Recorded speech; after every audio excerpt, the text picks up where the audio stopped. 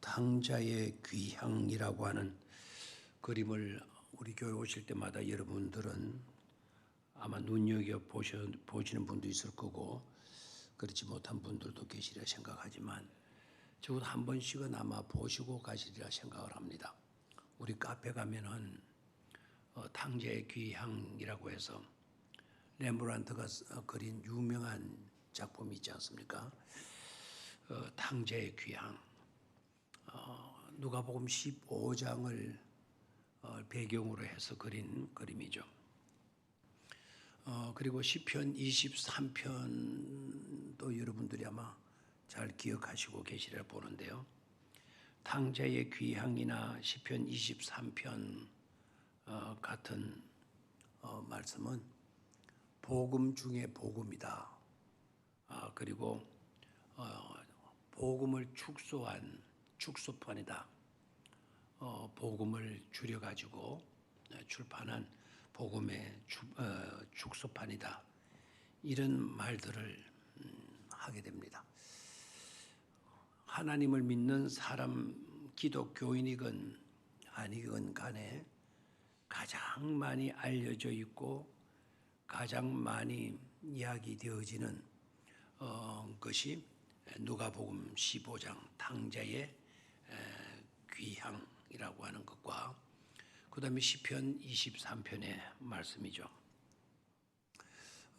특히 누가복음 15장이 갖는 탕자의 귀향이 갖는 탕자의 비유, 탕자의 귀향이 갖는 의미가 얼마나 큰지 비유를 해석하는 우리 주님께서 비유로 말씀하신 그 비유를 해석하는 일에 최고의 권위자, 세계적인 최고의 권위자가 누구인가 하니까 요아킴 에레미야스라고 하는 분의 요아킴 에레미야스. 이분이 예수님의 비유를 해석하는 데 최고의 권위자, 최고로 유명한 분이시죠.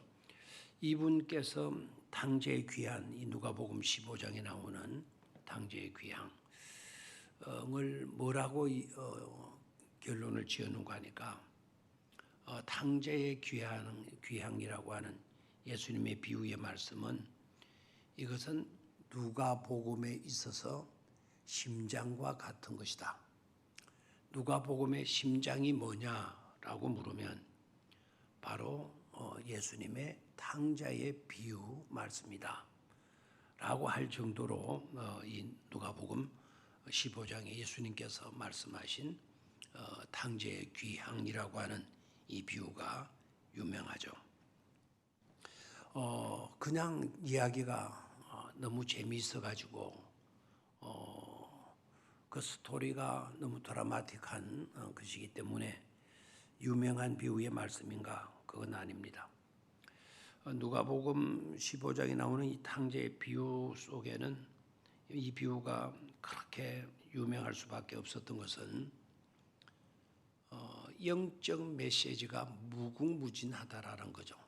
영적 메시지가 무궁무진하다. 굉장히 많다라고 하는 표현을 이게 일본 말인지 뭔지 모르겠는데 뭐가 쏟아진다 그러죠? 예? 굉장히 많다. 뭐 굉장히 막 엄청나게 깔려 있고 엄청나게 쌓여져 있는 걸 가져가서 뭘 캐러 간다? 노다지. 누가 그랬나요? 그 노다지가 어느 나라 말입니까? 예? 일본 말? 일본 말? 알 건데요. 아무도 정확하게 아시는 분이 없는 것 같습니다. 저도 잘 몰라요.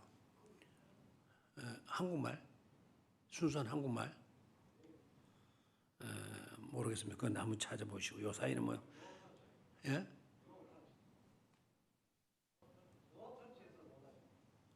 영어네, 그러면요? 영어가, 이제 이해가 된다. 일본 놈, 미안합니다.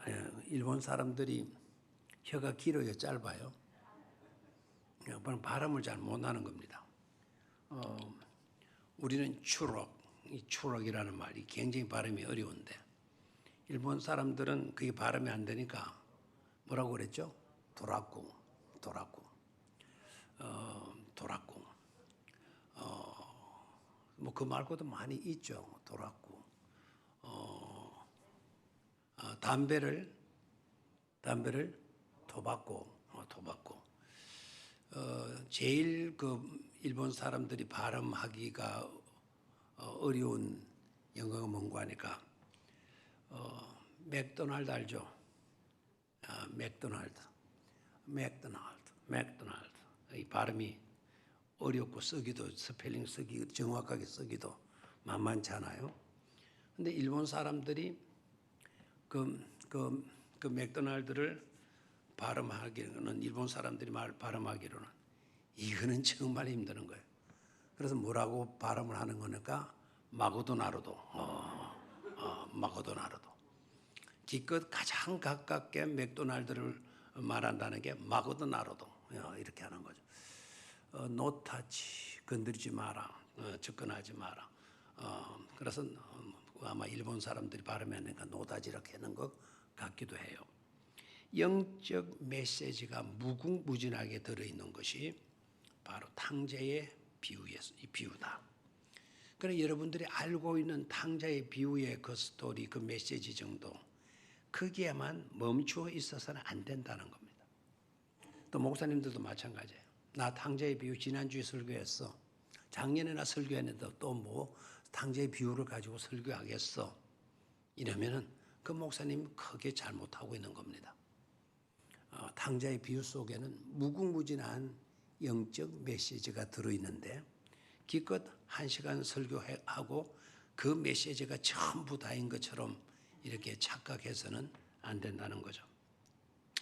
두 번째, 이 탕자의 비유가 왜 그렇게 누가복음의 심장과도 같다고 하는 거 하니까 탁월한 문체.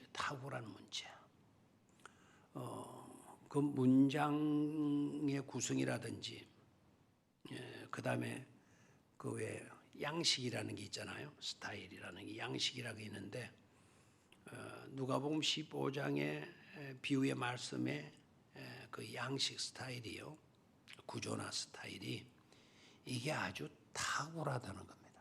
아주 탁월하게 이루어진 비유이기 때문에 누가복음 중에 가장 심장부와 같은 중요한 그와 같은 말씀이 되어진다라는 것입니다. 자, 그렇다면 이 비유의 목적은 뭐냐? 탕자의 비유의 목적이 뭐냐? 자, 목적을 우리가 조금 오늘 여러분들이 알고 좀 새겨놓고요. 그리고 우리가 신앙생활하면서 적어도 누가복음의 비유의 메시지를 제대로 깨달았다면 적어도 우리는 그와 같은 삶은 살지 않으려고 노력들을 해야 되는 것입니다. 자, 탕자가 누구이냐? 라는 데에 대해서는 아마 대답을 못할 사람이 없을 거예요. 둘째 아들입니까? 첫째 아들입니까? 자, 설교를 조금 탕자의 비유에 대해서 여기저기서 많이 들었던 분들, 또 탕자의 비유에 대해서 성경 공부를 제대로 좀 하신 분들은 대답을 어느 정도는 알고 있어요. 누가 탕자입니까? 비유의 말씀 중에 누가 탕자입니까? 라고 물으면 대개 둘째 아들입니다 라고 대답해요.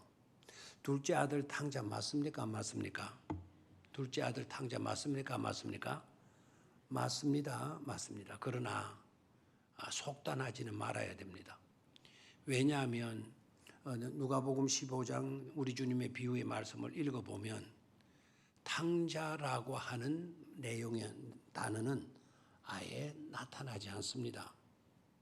내가 알고 있는 상식, 내가 알고 있는 기준, 내가 알고 있는 느낌, 내가 생각하고 판단하는 그것 가지고 자칫 잘못하면 생사람 잡을 수가 있다.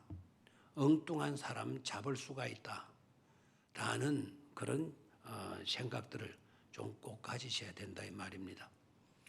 자칫 잘못하면 내가 이 사람은 틀림없이 탕자일 거야.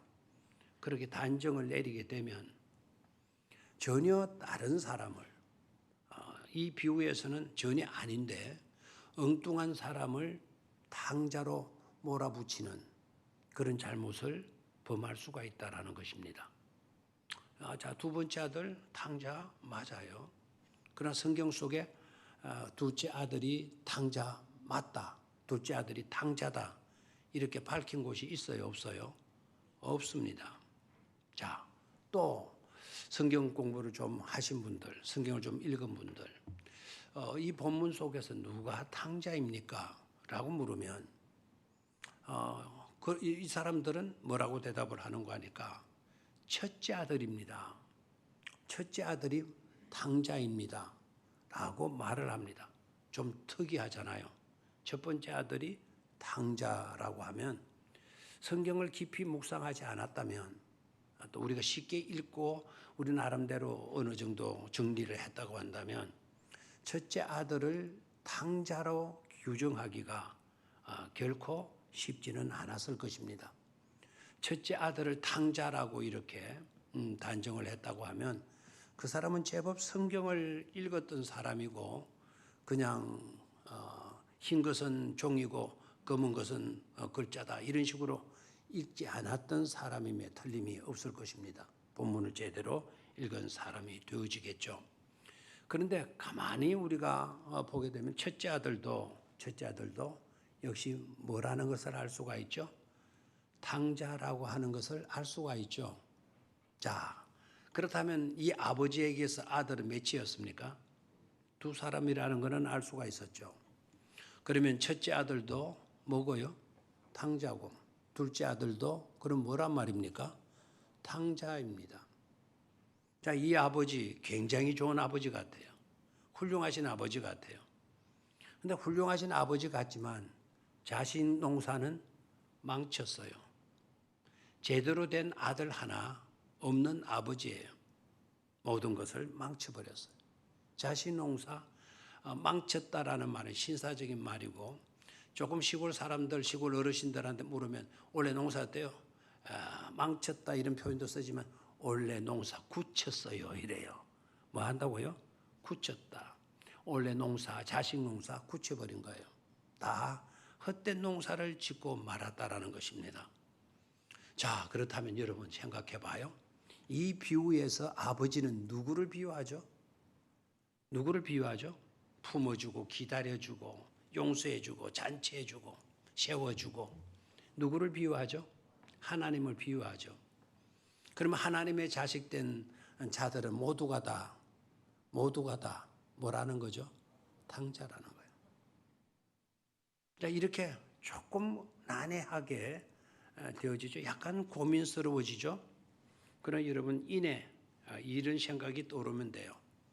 의인은 없나니 한 사람 정도는 있다. 10사람 정도는 있겠다. 의인은 없나니 아예 딱 단정이 뭡니까? 의인은 없다. 이 말은 무슨 말이죠? 죄 없는 사람은 마다 없다라는 것이죠. 맞죠? 이 세상에 살고 있는 모든 아들 된 우리들, 저와 여러분들이 모두가 다 뭐가 있어요? 죄가 있고 흠이 있고 티가 있다라는 거예요. 어떻게 보게 되면은 우리 모두는 다 의인인 것처럼 착하게 살아온 것처럼 느껴질는지 모르지만 우리 모두는 다 죄인에서 벗어나지 못한다. 죄에서 벗어나지 못한, 죄의 굴레에서 벗어날 수 없는 그런 모두가 다 죄인에 지나지 않는다. 라는 것을 우리는 겸손히 뭐 할 수 있어야 돼요? 인정할 수 있어야 된다라는 것입니다. 자, 여러분들은 우리 모두는 다 뭐라고요? 죄인. 그래서 불행한 겁니까? 아니죠. 자, 모든 사람은 다 죄인이에요. 이 집의 아들들처럼 다 죄인들이에요. 그런데 문제는 바로 뭡니까? 그런 죄인된 아들들을 이 아버지가 지금까지 한 울타리 안에서 같이 뭐 하고 있죠? 같이 뭐 하고 있나요? 지내고 있다 이 말입니다. 이게 우리에게 주어진 은혜예요. 내가 비록 흠이 있고 여러분들이 비록 잘못된 것이 있다 할지라도, 그래서 우리 모두는 다 죄인이라 할지라도 우리들 가운데 아니면 하나님의 삶의 영역 속에 저와 여러분들을 두고 같이 지내시고 계시는 하나님이시다라는 것을 우리 탕자의 비유 속에서 깨달을 수가 있죠. 아멘입니까? 너무나도 이 누가복음 15장을 파고 들어가서 묵상하게 보면 무궁무진한 메시지가 이 속에 들어있는 것을 보게 되는 것입니다. 자, 그러면 이제는 아버지 집 안에 있는 그 탕자들, 큰아들도 탕자고 둘째 아들도 탕자인데요. 그래서 여기서 첫 번째 우리가 깨달아야 될 것은 누구도 누구를 헐뜯고 비방하고 정죄해서는 안 된다라는 것입니다. 왜요? 아버지도 뭐 하지 않고 계시니까. 아버지도 그 죄된 아들들, 탕자들을 다 지금 한 집에 데리고 살고 있잖아요. 심판하거나 정죄하지 아니하고 그들을 오히려 돌보고 있는 것을 보게 됩니다. 이게 하나님의 사랑이에요. 저와 여러분들이 똑똑하고 착하고 참 생각하는 것도 아름답고 진실되고 의로워가지고 하나님이 데리고 하나님이 그 가운데서 같이 계시고 살고 계시고 있는 줄로 생각하십니까? 착각입니다. 우리는 부족하고 여러 가지 모자라고 잘못된 것과 같은 의식을 갖고 있고 그럼에도 불구하고 하나님께서 우리를 떠나지 아니하시고 우리와 함께 주거지를 같이 두시고 같이 생활해 주시는 누구이시다? 하나님이시다라는 것을 깨달을 수 있어야 된다 이 말입니다. 자, 그러면은 첫째 아들과 둘째 아들을 한번 비교해 보죠. 둘째 아들부터 이제 생각하는 게 아무래도 좋을 것 같습니다. 그죠? 둘째 아들의 잘못이 뭐였나요? 둘째 아들의 잘못이 뭐였죠? 자, 아버지께 찾아가 가지고 당당하게 뭐를 달라 그러죠? 당당하게 나에게 뭐를 달라? 유산을 달라. 몇 절에 나오죠? 12절에 나오죠. 그 둘째가 아버지에게 말하되 아버지여 재산 중에서 내게 돌아올 분깃을 누구에게 주소서? 내게 주소서 하는지라. 내게 주소서 하는지라. 뭐를 달라는 겁니까? 자기에게 할당된 뭐를 달라는 거죠? 유산을 자기에게 달라는 것입니다. 자, 뭐 여러분이 들으셔서 아실 것입니다. 유대 나라 풍습에서 아버지가 살아 있는 동안에 유산을 자식에게 넘겨주지 않는다. 또 아버지가 살아 계신 동안에 유산을 넘겨달라고 하게 되면 그 자식은 불효막심한 자식으로 낙인이 찍히는 그런 문화, 그런 시대였다라는 걸 우리는 먼저 생각할 수 있어야 돼요. 그러면 이 자식이 아주 당당하게 아버지가 건강하게 지금 살아 계시는데도 불구하고 뭐를 달라 그랬다? 자기에게 할당된 뭐를 달라 그랬죠? 유산을 달라고 지금 이렇게 말하고 있는 겁니다. 자, 거기에 동그라미를 좀 해 놓으십시오. 내게라는 말, 내게 달라, 내게 주소서. 돌아올 분깃을 내게 주소서. 거기에다가 네개에다가 동그라미를 딱 해 놓으시기를 바랍니다. 자, 내게 했습니까? 그러니까 아버지가 가지고 있는 그 재산 중에 일부는 내 것입니다. 그러니까 손대지 마십시오. 그리고 지금 나에게 바로 소유권을 넘겨주십시오. 이렇게 하는 거예요. 자, 여기에서 내게 주십시오. 내게 나누어 주십시오. 이렇게 말하고 있는데 내게 주소서라고 말하고 있는데 저를 보십시오. 이것은 그냥 달라. 나에게 좀 제발 주십시오. 주었으면 좋겠습니다. 제 바람은 그것입니다. 그런 내용의 단어가 아닙니다. 여기서는 지시하는 겁니다. 지시하는 것. 이거는 내 것이니까 아버지 이래 아무 때나 이렇게 저렇게 하지 마세요. 이것은 내 것이니까 아버지 이렇게 하세요. 지시하는 겁니다. 아버지의 소유여서 아버지의 권한 속에 있어서 아버지가 인정해야 내가 받을 수 있는 그런 것이 아니고 이거는 나에게 할당된 것이니 지금 나에게 넘겨달라는 거예요. 마땅히 이것은 내게 넘겨주어야 될 것이니 아버지 그렇게 하세요. 그렇게 하세요. 이 지시하는 겁니다. 누구를? 누구에게 지시한다는 거죠? 아버지에게. 아버지 주셨으면 내가 급한 사정이 생겼는데 내가 어떤 비준이 내게 생겨가지고 그 일을 좀 하고 싶은데 돈이 좀 모자라네요. 아버지 이번에 좀 도와주세요. 그게 아니라는 거죠. 지시하는 것. 이것은 나에게 돌아올 내 것이니까 아버지 이렇게 하세요. 저렇게 하세요. 이렇게 하시고 저렇게 하시고 아버지를 지금 조정하고 지시하고 있는 겁니다. 이것이 바로 뭐죠? 이것이 바로 탕자의 절대적 모습이에요. 자, 우리가 하나님을 섬기면서 하나님의 지시를 받아야 할 우리가 하나님에게 우리가 지시하는 삶을 산다고 한다면 그것은 바로 뭐죠? 탕자의 모습이고 있다라는 겁니다. 무슨 말인지 이해가 됩니까? 우리는 하나님의 뭐를 받아야 될 사람? 지도를 받고 지시를 받고 살아야 할 사람인데 내게 달라. 내게 넘겨 놓으세요. 그 내 것이지 않습니까? 내게 아예 넘겨세요. 그 소유권을 내게 아예 넘겨 놓으시라니까요. 내 거 아닙니까? 뭐 이런 식으로 자기 주권을 주장을 하고 하나님을 마치도 자기 집에 무슨 양 이렇게 이래라 저래라 지시하는 행위는 이거는 용납받지 못할 행위라는 것을 깨달아야 합니다. 자, 우리가 두 번째 아들이 탕자라고 말할 때 그렇게 받은 유산을 바깥 세상에 나가서 먼 타국에 가서 어떻게 썼다? 허랑방탕하게 쓰고 남은 것이 있었다 없었다. 그 모든 재산을 유산으로 받은 재산을 탕진해 버렸다. 그러니까 이놈은 뭐다? 이놈은 뭐다? 탕자다. 우리는 거기에만 머물고 있었어요. 재산을 받아가지고 허랑방탕하게 다 유흥비로 다 날려버렸다.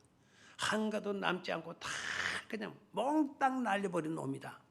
이렇게 살아서는 안 되지. 그게 바로 탕자의 모습이야. 이렇게만 생각했습니다.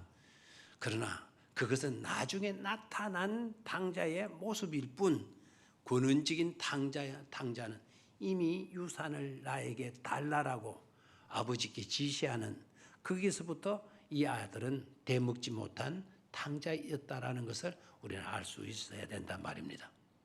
아시겠죠? 그래서 우리는 항상 하나님 앞에 뭐 할 수 있어야 된다. 겸손할 수 있어야 돼요. 그리고 하나님 앞에 내게 내 것, 내 원하는 대로 내 바람대로 이렇게 해주세요. 저렇게 해주세요. 이렇게 지시형의 믿음 생활을 해서는 안 된다는 것입니다. 주여 말씀하시옵소서. 주여 내게 말씀하여 주십시오. 주여 내게 지시하여 주십시오. 주여 내게 명령하여 주십시오. 내가 주님의 지시대로 따르며 살겠나이다. 항상 그런 자세, 그런 태도를 우리는 잃지 말아야 될 것입니다. 아멘입니까? 그래서 아까 10몇 절이었죠? 12절에 내게라고 하는 단어에다가 뭐를 좀 쳐보라 그랬죠? 동그라미를 쳐놓으라 그랬죠. 그 내게, 이 내게 돌아올 분깃을 내게 주소서. 그 내게라고 하는 거기에다가 동그라미를 딱 해놓으십시오. 이 사람은 그렇다면 삶의 방식이 어떻다는 거죠? 중심이 어디에 있는 겁니까? 그 중심에 누구에게 있죠? 나에게 있어요? 하나님에게 있어요? 나에게 있습니다. 하나님 중심이 아닙니다, 지금. 누구 중심이죠? 나 중심이고 있어요. 나 중심. 하나님이 그 속에 있는 것이 아닙니다. 중요한 그 가운데는 핵심적인 그 자리에는 내가 지금 주인으로 앉아 있는 것입니다. 이 사람에게 하나님은 주가 되지를 못해요. 이 사람이 주여 주님 했다고 해서 이 사람이 신앙인인가? 그렇지를 않죠. 주라는 것은 나의 임금이라는 뜻이고 주라는 의미는 나의 주인이라는 뜻입니다. 여러분 예수 그리스도를 여러분의 구주로 믿으십니까? 여러분의 구주이십니까? 그렇다면 여러분의 주인은 누구이시죠?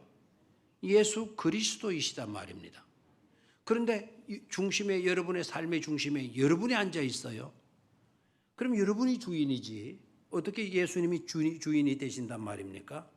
그런데 그런 예수님에게 어떻게 여러분들은 주님 주님 이렇게 부르고 그렇게 고백한단 말입니까?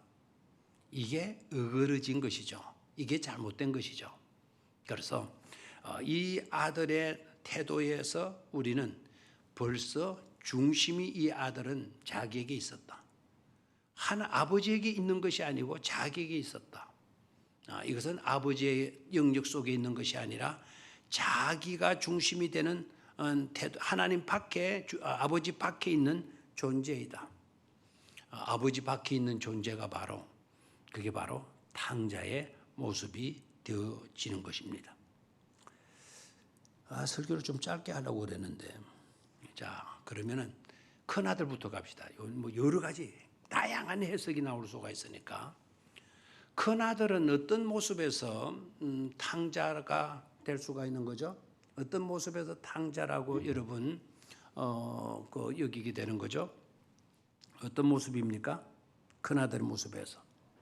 큰 아들은 오늘 이렇게 말을 합니다. 우리가 오늘 읽지를 안 했습니다만은 밑으로 내려가서 봅니다. 밑으로 내려가서 봅니다. 자, 25절을 봅니다. 맏아들은 밭에 있다가 돌아와 집에 가까이 왔을 때 풍악과 춤추는 소리를 듣고 한 종을 불러 이 무슨 일인가 물은데 종이 대답합니다. 당신의 동생이 돌아왔음에 당신의 아버지가 건강한 그를 다시 맞아 들이게 됨으로 인하여 살진 송아리쥐를 잡았나이다 하니 28절. 자, 큰아들의 모습입니다. 어떤 모습으로 나타납니까? 그가 노하여 들어가고자 아니하거늘. 자, 큰아들이 동생이 살아 돌아왔다 라는 말을 하인에게서 듣게 되는 순간 큰아들이 어떻게 하고 있습니까? 분노하고 있다라는 겁니다. 분노하고 있다. 여러분 상식적으로 보면 어떻습니까? 동생이 아무 탈 없이 막 그냥 소식이 뚝 끊어지고 있는 상태에 있다가 동생이 다 살아서 돌아온 겁니다. 여러분 동생이 살아서 돌아왔다면 여러분 같으면 어떻겠습니까? 기뻤겠습니까? 아니면 막 화가 치솟았겠습니까? 기뻤겠어요? 화가 났겠어요? 참 착하지 하시네요. 뭐 기뻤겠죠. 웬만한 집안 같으면 송아지까지는 못 잡는다 하더라도 짜장면 정도는 식여서 같이 먹을 수는 있겠죠. 송아지는 아마 여러분 잡으라 하면 아마 잡을 사람 없을 것입니다. 되게 기뻐야 되는데 동생이 살아서 돌아왔다면 기뻐야 되는데 이 큰형은 지금 분노하고 있어요. 화내고 있어요. 자, 27절 28절을 봅니다. 28절. 그가 노하여 들어가고자 하지 아니하거늘 아버지가 나와서 권한대. 아버지가 나와서 뭐라고 그럽니까? 아들아, 큰아들아, 들어가자. 들어가자고 이렇게 권합니다. 그랬더니 29절 아버지께 대답하여 이르되 내가 여러 해 아버지를 섬겨 명을 어김이 없거늘 내게는 염소 새끼라도 주어 나와 내 벗으로 즐기게 하신 일이 없더니 아버지의 살림을 창녀들과 함께 삼켜버린, 말아 처먹은 이 아들이 돌아오매 이를 위하여 살진 송아지를 잡으셨나이다. 아이고, 그래서 정말 잘했나이다, 이런 의감이 아니죠. 뭐죠?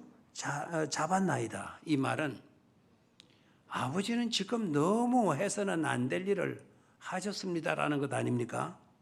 맞죠? 나는 아버지를 이때까지 모시고 살아왔는데, 아버지를 쏙썩이는 일 한 번도 없었는데, 나를 위해서는 염소 한 마리 안 잡아주고 염소 새끼라도 한 마리 안 잡아주더니, 그런데 이 자식이 이건 말이야, 살림을 창녀들과 함께 몽땅 날려버리고 그 새끼 돌아왔다고 뭐를 잡았다? 살진 송아지를 잡았다. 이 송아지인데 그냥 송아지도 아니고 앞에 또 하나 더 붙여놨네요. 뭐를 붙였어요? 통통하게 살찐 송아지를 잡으셨나이다. 잘하고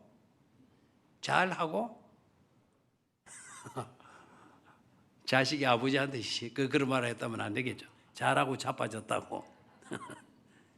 뭐 이런 투 아닙니까? 말투는 지금 아들이. 그러면 이 큰아들 일마 이거 괜찮은 줄 알았더니 늘 집에 아버지 모시고 뭐 아버지 심부름하고 들판에 나가서 일도 하고 해서 이 착한 아들인 줄 알았더니 동생의 문제에 딱 갖다 놓고 나니까 본색이 드러나 버렸어요. 본색이. 아까 작은 아들은 4개 달라 이렇게 나오더니 이 아들, 이 큰 아들은 나에게는 염소 새끼 한 마리 안 잡아주더니 그렇게 대먹지 못한 짓을 하고 돌아온 저 망나니 같은 저놈을 위해서는 살진 송아지를 잡았나이다라고 이렇게 나와요. 잘하고 자빠졌다고. 아버지는 비꼬는 모습으로 이렇게 말하고 있죠. 자, 29절을 다시 봅니다. 내가 여러 해 아버지를 섬겨 명을 어김이었거늘 내게는, 아까 우리가 작은 아들에도 4개라는 단어에 동그라미를 했다면 큰 아들에게서도 여기에다 동그라미를 해 놓으셔야 돼요.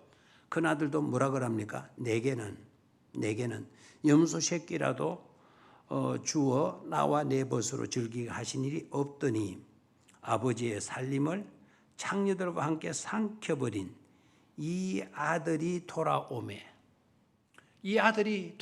저를 봐요. 이 아들이 돌아오매. 그건 누구의 아들? 이 아버지의 아들이 돌아오매. 이 아버지의 아들이 돌아왔다면 이 아들은, 이 큰 아들이 뭐가 되는 겁니까? 동생이 되는 것인데, 내 동생이 돌아오면 이 표현 안 합니다. 나는 저런 새끼하고 저런 새끼의 동생 둔 적도 없고 나는 저 따위 새끼의 형이라고 하는 그런 이름으로 불리기도 싫다라는 겁니다. 굉장히 어떻게 보면요, 당돌하고 있어요. 그래서 그 대먹지 못한 아들은 누구의 아들이다? 당신의 아들이다. 삼켜버린 이 아들이 돌아오매. 영어 성경으로 이렇게 되어져 있어요. This son of yours. This son, 이놈은, 이 아들은 This son of yours. 아버지 당신의 아들이라는 이야. 당신의 이 아들. 당신의 이 아들은 되더라도 누구의 아들은 안 된다. 누구의 동생은 아니다. 내 동생은 아니다. 내 동생인데도 내 동생이라고 말하지 않고 대먹지 못했다고 그런 놈 형이 나는 아니라고. 그래서 내 동생이 아니라고. 그런데 내 동생이라는 말을 안 써요. 자기 동생이면서도. 그런데 누구의 아들은 말을 하고 있어요? This son of yours. 아버지 당신의 이 아들. 아버지 당신의 아들. 그럼 아버지는 그 대먹지 못한 아들의 뭐가 되는 거죠? 아버지가 되는 것 아닙니까? 지는 그와 같은 대먹지 못한 아들의 사람의 형은 되기 싫어. 그래서 내 동생이라는 말을 안 해. 그 탕자의 두 번째 아들의 형이라는 표현을 자기는 하지 않아요. 그만큼 이 아들은 자기는 잘 살았다라고 하는 자부심을 갖고 있는 겁니다. 아버지의 아들은 되지 내 동생은 아니라고 하고 보면 누구보다도 더 나은 삶을 사는 자라는 걸 말하죠. 아버지보다 내가 낫습니다. 아버지보다. 전 못된 새끼는 아버지의 아들인. 그렇다면 저 못된 새끼는 누구의 동생일 수도 있는데, 지 동생일 수도 있는데 그거는 말하지 않아요. 아버지의 아들, 대먹지 못한 아버지의 아들, 이렇게 이야기하죠. 자, 31절.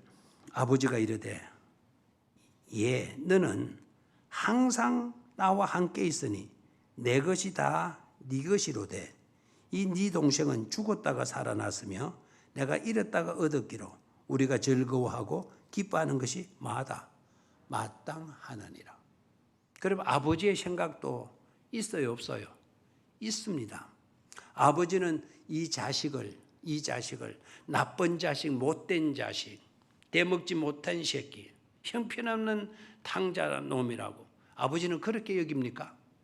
아버지는 이 작은 아들을 어떻게 여기고 있죠? 다시 한번 볼까요? 32절. 이 네 동생은, 아까 큰형은 내 동생이라는 말을 절대로 하지 않았는데 아버지의 아들이 이렇게 이야기했는데, 아버지는 뭘 강조하죠? 이 못된 네가 말하는 동생은 네 동생이다. 네 동생. 네 동생은 뭐였다고 했습니까? 죽었다가 살아났으며 내가 잃었다가 얻었다.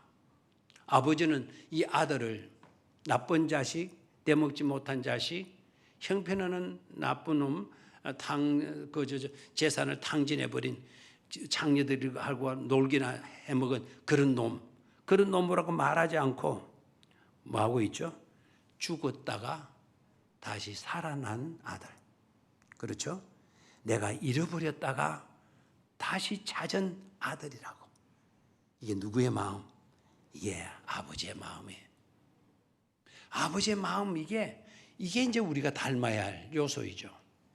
아버지는 그 못된 자식을 못된 자식이라는 표현을 전혀 쓰지 않고 있어요. 오히려 죽었다가 다시 살아난 아들, 잃어버렸다가 다시 찾은 아들이라고 아버지는 끝까지 그에게 말해주고 있잖아요.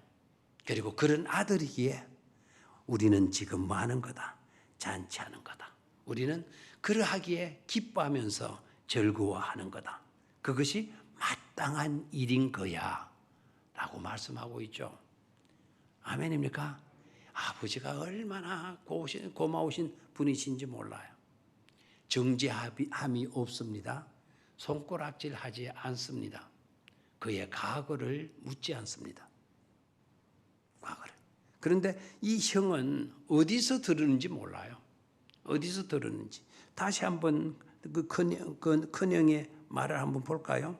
29절을 봅니다. 아버지께 대답하여 이르되 내가 여러의 아버지의 성경 어김이 없거늘 염소와 소끼라도 한 마리 주지 않더니 그 30절 아버지의 살림을 장녀들과 함께 삼켜버린 이 아들이 돌아오매. 이 큰 아들이 어떻게 자기 동생이 집을 나가서 장녀하고 그 지내다가 몽땅 재산을 잃어버렸는지를 어떻게 알았는지 우리가 궁금하잖아요. 그렇다면 이거 전화가 있어가지고 전화를 하고 있었나? 편지라도 주고받은 건가? 어떻게 이 아들이 가서 장녀들과 함께 재산을 몽땅 날려버렸는지 이 큰아들이 어떻게 안 거지? 짐작으로 말한 것일까? 뭐 여러 가지 짐작해 볼 수가 있죠. 그렇죠? 소문은 또 누가 와서 또 소문을 들려주었을까요? 그렇죠? 아마 소문을 들었다면 그 소문 들려준 사람이 고맙기도 하고 또 한편으로는 그 사람이 문제일 수도 있어요. 그렇죠? 남의 좋은 점은 이야기하지 않고 나쁜 점만 가지고 와서 이렇게 건네주는 사람들, 조심해야 될 사람이에요. 좋은 점도 있을 터인데 좋은 점은 전혀 이야기하지 않고 나쁜 점만 가지고 와서 건네주는 사람. 그 사람, 그렇게 하는 그 사람도 서글픈 사람이고 불쌍한 사람이지만 그런 사람들의 말을 듣고 획가닥 하는 사람들도 문제인 것이죠. 자, 볼까요? 아까 4개 동그라미 했죠. 아버지는 보십시오. 31절에 아버지가 이르되 너는 항상 나와 함께 있으니 내 것이 다 누구 시로되? 네 것이다. 아버지가 큰 아들을 대하는 모습을 한번 봐요. 아버지가 큰 아들을 대하는 모습을 보면 아마 저 같아도 처음에는 좋은 마음을 갖고 있다가 자식이 이렇게 분노하고 막 쌍소리하고 이렇게 나올 때, 야, 네 그 정도밖에 안 돼 임마. 내가 너한테 실망했다 자식아. 내가 이래까지 너를 데리고 살았는데 네 본색이 오늘 드러났구나. 네 자식 형편없는 놈이다고 큰 아들을 꾸짖을 것 같다는데, 참 이 아버지 보십시오. 작은 아들을 대할 때에도 큰 아들을 대할 때에도 꾸지람이라는 게 없어요. 다시 한번 볼까요? 31절 아버지가 이르되 너는 항상 누구와 함께 있으니 항상 나와 함께 있으니 내 것이다. 누구 것이다? 네 것이다. 네 것이다. 너 장한 아들이야. 나와 항상 같이 지내왔잖아. 이래서 내가 가진 건 다 네 것이지. 그 아들을 나무라거나 책망하거나 그런 것이 없어요. 인정해주고 역시 그 아버지를 받아들이고 있는 아버지의 모습을 볼 수가 있죠. 큰 아들을 대할 때나 작은 아들을 대할 때나 차별이 있어요, 없어요? 없는 것을 보게 돼요. 자, 그러면 같은 말이라도 내가 해야 할 말이 있고 네가 해야 할 말이 있습니다. 그런데 네가 해야 할 말을 내가 하게 되고 내가 해야 될 말을 네가 하게 되면 여기에서는 오해가 생길 수가 있는 것이죠. 여러분, 가랑비하고 이른비가 있는데 가랑비와 이른비의 차이가 뭔 줄 아십니까? 가랑비와 이른비의 차이가 뭐죠? 성경에는 이른비와 늦은 비가 나와요. 이른비는 어느 때 내리는 비고 늦은 비는 어느 때 내리는 비냐. 우리는 이른비 하게 되면 봄에 내리는 비를 이른비라 말하기 쉬운데, 생각하기 쉬운데 성경은 가을에 내리는 비가 이른비입니다. 봄에 내리는 비는 늦은 비가 됩니다. 그냥 우리의 개념으로 성경을 읽고 우리의 그 생활 그 방식을 중심으로 해서 성경을 해석하려고 하면 여러 가지 그릇된 성경 해석이 나올 수밖에 없는 것입니다. 자, 가랑비와 그 다음에 이슬비의 차이점은 가랑비는 가라고 내리는 비고 이슬비는 있으라고 내리는 비다. 좀 웃으라고 하는 소리인데, 어떤 사이가 처갓집 신세를 지게 되는 겁니다. 한 달 동안 처갓집 신세를 지게 되는데 처음에는 장모가 사이 왔다고 그냥 막 달구 새끼도 잡아주고 막 백숙도 해주고 막 잘하더니 하루가 지나고 이틀이 지나고 한 3, 4일 있다가 갈란가 싶었더니 안 가고 처박히는 겁니다. 일주일이 지나고 2주일이 지나고 3주일이 지나고 4주일이 지나니까 간 한 달 동안 처박혀가지고 빈수일비실 놀고만 있는 겁니다. 꼴 보기가 싫어졌어요. 그러다가 무슨 비가 내렸을까요? 가랑비가 내리는 거지. 가랑비가. 그래서 애다 잘됐다 싶어가지고 김서방 이리 좀 와보게. 지금 가랑비가 오잖아. 자네가 가라고 가랑비가 내리는구먼. 그랬어요. 그랬더니 이 사이가 좀 견년쩍어하고 좀 이래야 될 것 같은데 이 사이가 아주 능글맞게 대연한 자세로 마루에 걸터 앉더니 장모님, 이 비는 가랑비가 아니고 내가 더 있으라고 이슬비가 내리는 거예요 라고 했다는 겁니다.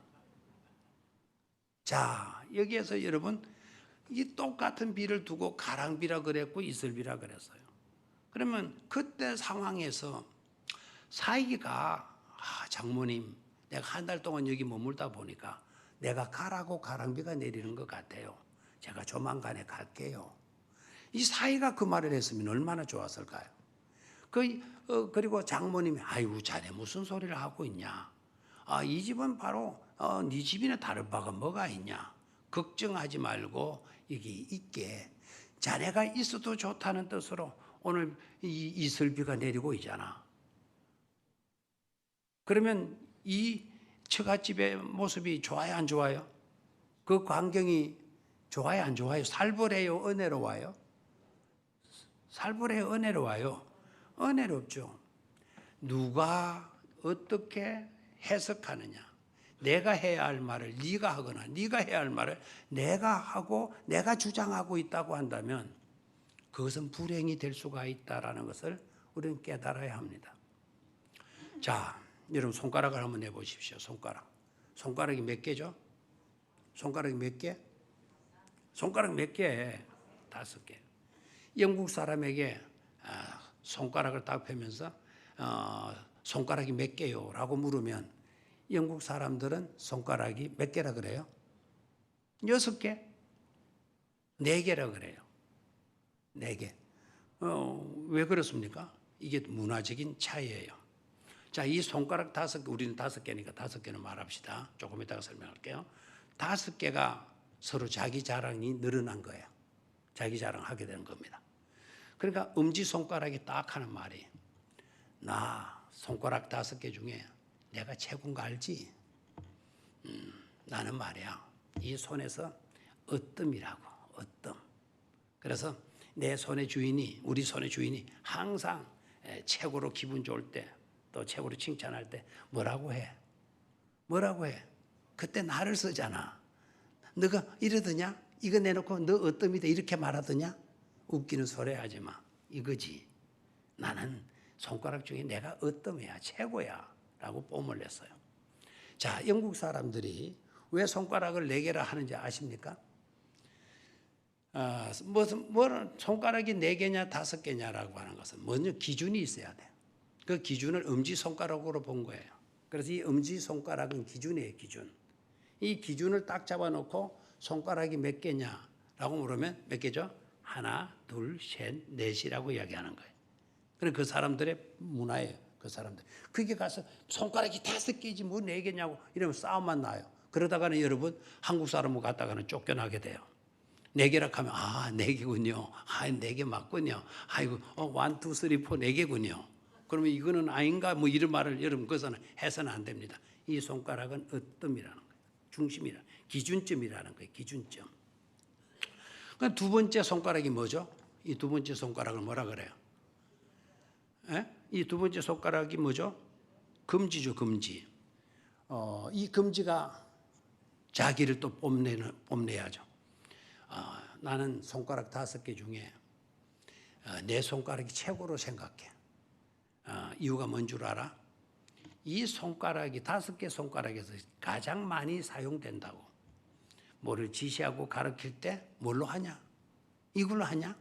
이거다, 이거. 그래서 내가 최고야. 그랬더니 이제 요 가운데 손가락이 뭐죠? 중지. 가운데 있다고 해서 중지죠. 이 중지가 딱 할 말이, 너 그 백날 걸어 싸봤자 말짱 헛방이야. 이 손가락 중에 누가 제일 길어? 누가 제일 손가락이 커?